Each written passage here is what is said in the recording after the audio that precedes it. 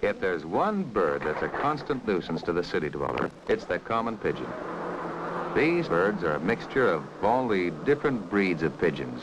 They're the mutt of the species. And if there's one thing that irritates any of us who call ourselves pigeon fanciers, it's to have one of our pedigree homing pigeons confused with a common pigeon.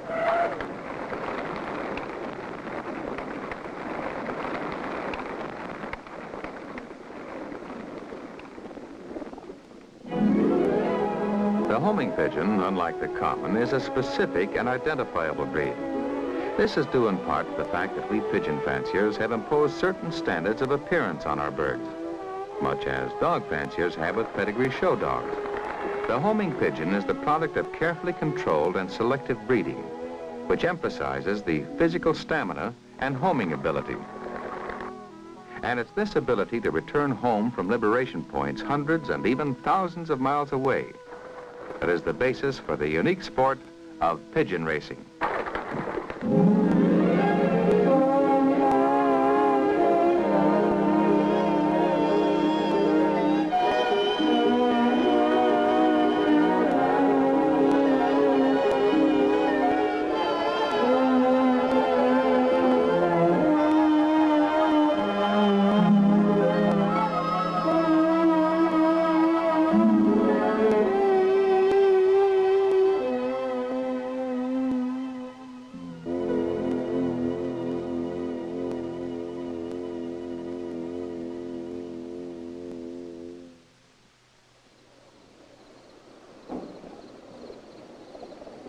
This is how a pigeon race begins.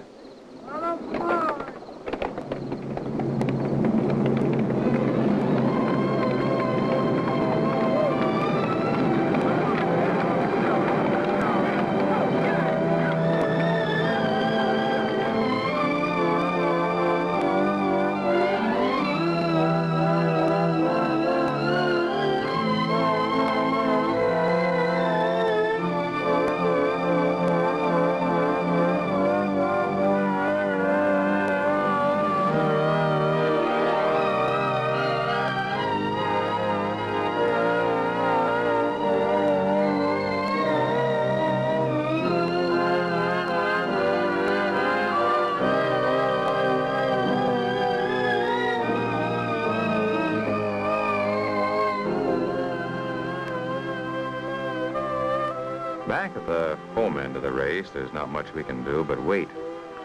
Usually before we come out to the loft, we give our race secretary a call to find out the time of liberation and the weather conditions out at the race station.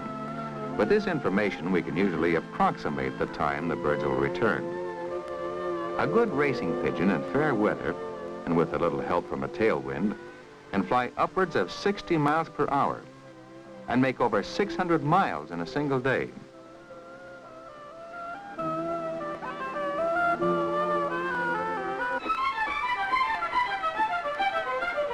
When a homer comes off a race, he's been trained to enter the loft through a special trap. Sometimes, to our consternation, they take their own good time about it. And a pigeon isn't officially home until he's inside the loft and clocked in. Once inside, the flyer catches the bird and removes the race band or countermark. Then he puts it into a small capsule and drops it into a race timer. As he turns the handle, the capsule is sealed inside and the time is stamped on a paper tape. Later, all the flyers return to the race headquarters where winners are determined. There's a lot of satisfaction in seeing one of your birds come home from a race because it represents months of breeding and training. Breeding usually begins in the early spring, and the major objective is to mate two good racers and come up with a young bird that is as good, if not better, than the parent birds. In many respects, pigeon breeding is similar to horse breeding, in that the breeders are attempting to build up families of good racers. Certain families of horses are known as long-distance racers, some as sprinters and others as mutters. Now, in a sense, the same applies to the racing pigeon. There are the sprinter pigeons that race well up to 300 miles, and then there are birds that are more successful on races from 400 to 1,000 miles. Finally, there are the mutters that fly in all types of weather and rough conditions. After 10 days, the youngsters, as we call them, are banded with a lifetime seamless aluminum band that bears an identifying number which is placed on record with one of the national pigeon organizations to which a flyer may belong.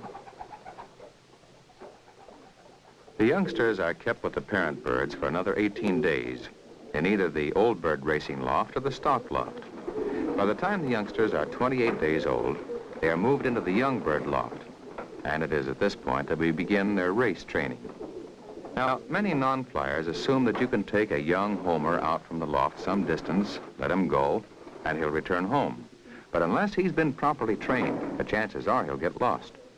Even though racing pigeons have the homing ability bred into them, it's up to us to teach them how to use it. Therefore, though methods differ, the principal aim in training is to condition the birds for long flights and perfect the homing instinct. Our first step is to begin the loft training by putting the young pigeons in an outside aviary where they familiarize themselves with their surroundings. After a day or two, they're let out for short exercise flights in the immediate loft area. During this time, the flyer teaches them to return to the loft and trap in at his signal.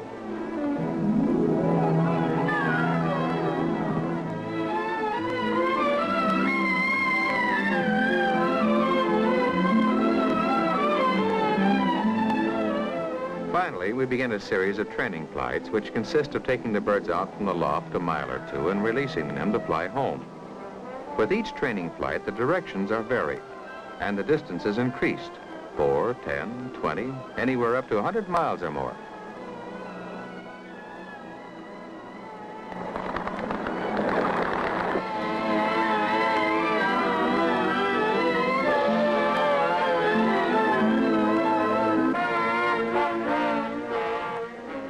Before each race, we have to choose a limited number of entries. Now, our selection is based on several factors. One, of course, is a pigeon's previous race record. And in the case of young birds, we consider the performances of the pigeons from which the youngsters were bred. Another factor is the general physical condition of the bird. We check to make sure that the pigeon isn't missing any of the important flight feathers. Then we look for a bright sparkle in the eye, which indicates that the pigeon is in good health. Finally, we consider what you might call the bird's psychological attitude. In other words, what will motivate him to fly back quickly? Eggs in the nest, a going argument with another pigeon, the desire to be in familiar surroundings. These are just some of the things a flyer knows will increase the pigeon's incentive to return home. Then, when we've made what we hope are the right choices, we head off for the race headquarters.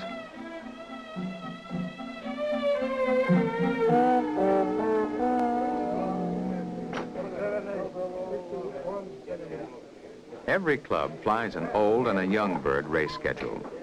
The old bird races are held in the spring and in the early summer and range from 100 to 1,000 miles.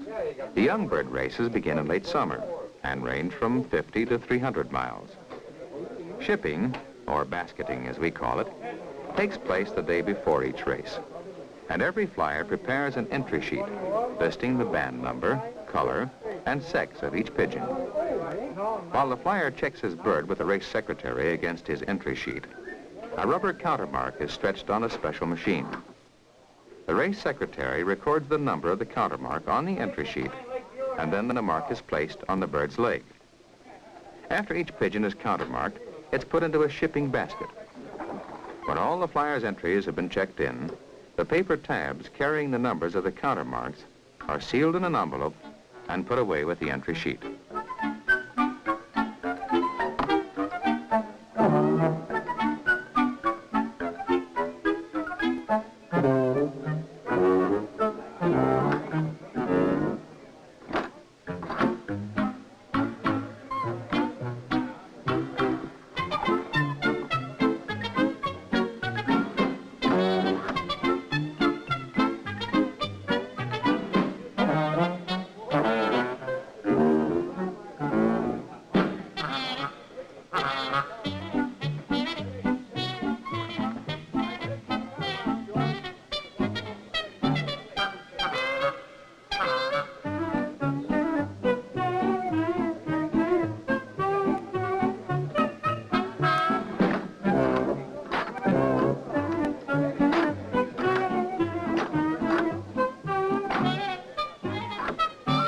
two things needed by each flyer before he can enter his birds in a race. First, he must have what is known as an airline distance survey, and the other requirement is one of these race timers that have been specifically designed for the sport. Now, the airline survey is the exact distance from the various liberation points to the flyer's loft. This is determined by an approved independent surveyor who calculates the distance to as close as 1/1000th of a mile. The miles are then converted into yards to be used in computing speeds. The race timer is a highly accurate and relatively inexpensive piece of equipment that is usually set at the same time that the flyers are basketing the birds.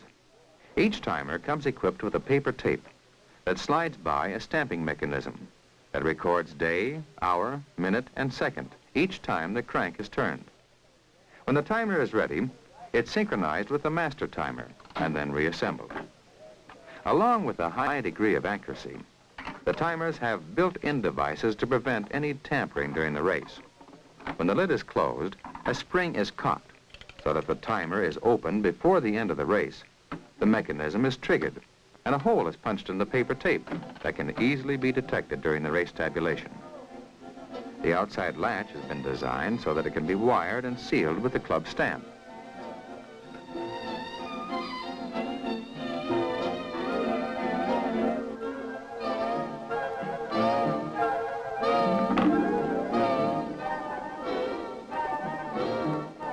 When the counter marking is complete and the baskets have been declared closed, they are also wired and sealed and then loaded on trucks, which take them along with baskets from other clubs to the liberation point.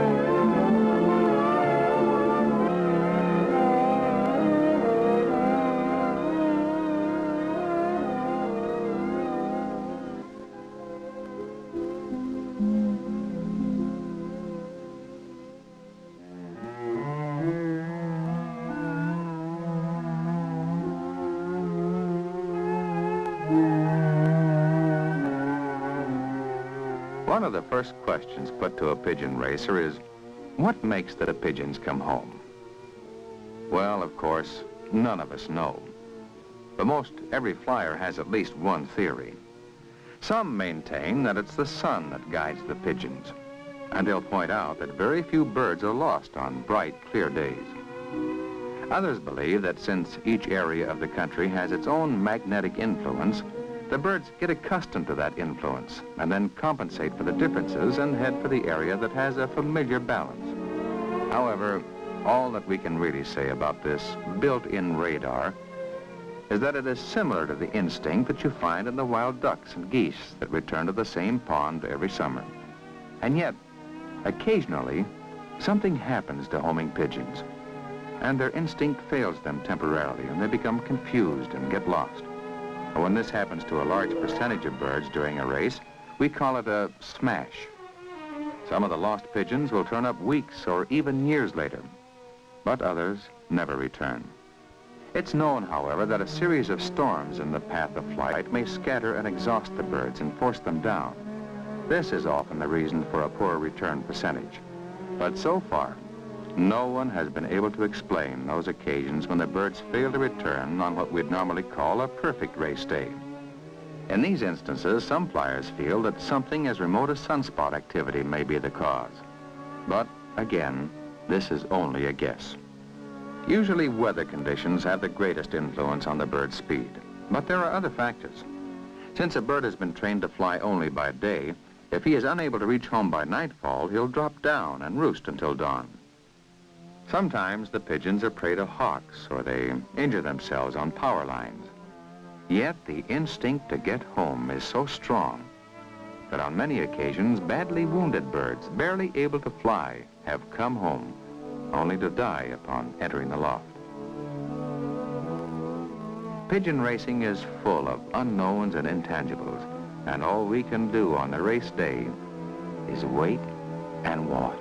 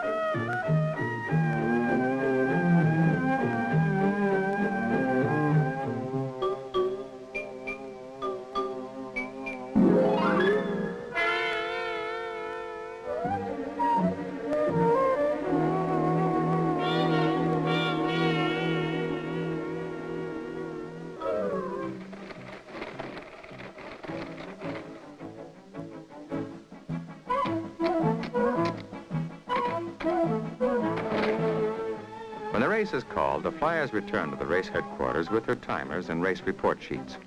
One of the race secretaries stamps off the timer to the master and then breaks the seal.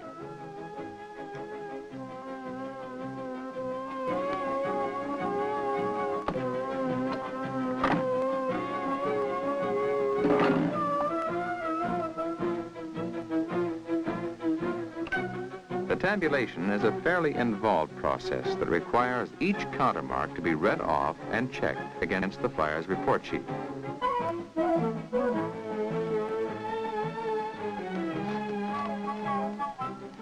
Once this has been done, the paper tape is removed from the timer and they begin to figure the lapsed hours, minutes, and seconds from the time of liberation to the time of return for each bird.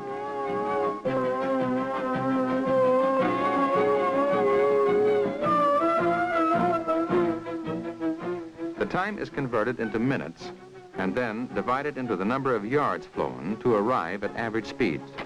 When the tabulation is complete, the flyer whose bird made the fastest average speed in yards per minute is declared the winner.